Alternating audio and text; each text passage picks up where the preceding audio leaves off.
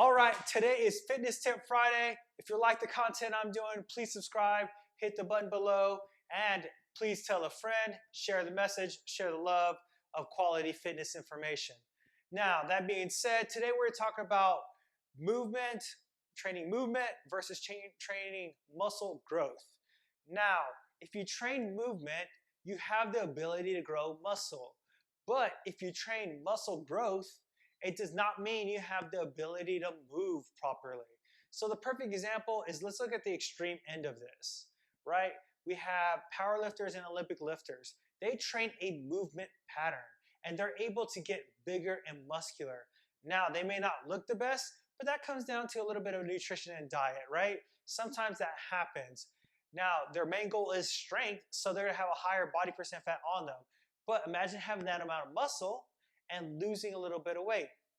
Now let's go to the other extreme end, which is bodybuilders. They train isolation of movement.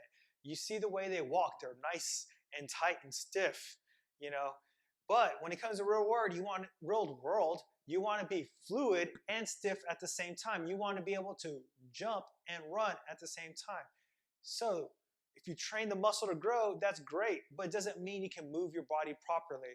Now, they're extreme examples. They're more likely to get injured no matter what because we're going to the extreme end of what their capacity can hold. So that's where they receive injuries. But if we train the ideas and thoughts of how to train movement and being in a safe capacity, you're going to be benefiting a lot as the average individual. You're going to be stronger. You're going to look stronger. You're going to be able to move much better. Where if I just train isolation movements, there's nothing wrong with them for the average individual.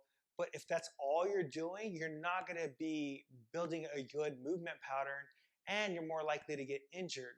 For the average person, I really recommend you do a little bit of all, but really train that movement so that you're healthy at the end of the day, live longer, because we're not trying to chase a sport.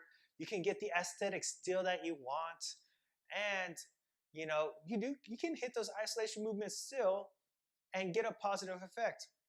For example, maybe I am really struggling on my chin up and I need a little bit more bicep activation to help pull me up. I can isolate my biceps, get them a little bit stronger just to help assist in the pull. Now, it's mostly mainly a back movement, but it doesn't mean I can't use my bicep to help with that pulling motion. Both of them have their benefits, being able to isolate a muscle, connect with the muscle, and being able to do movement fluid. But if you're not able to do that movement fluid, you're going to really struggle with being healthy long term. And we're talking about just walking, older age, and those type of issues. And you can still build a lot of muscle in that realm. Where isolation, you cannot build movement. You can build strength within that isolation movement. It's not going to work the whole body through.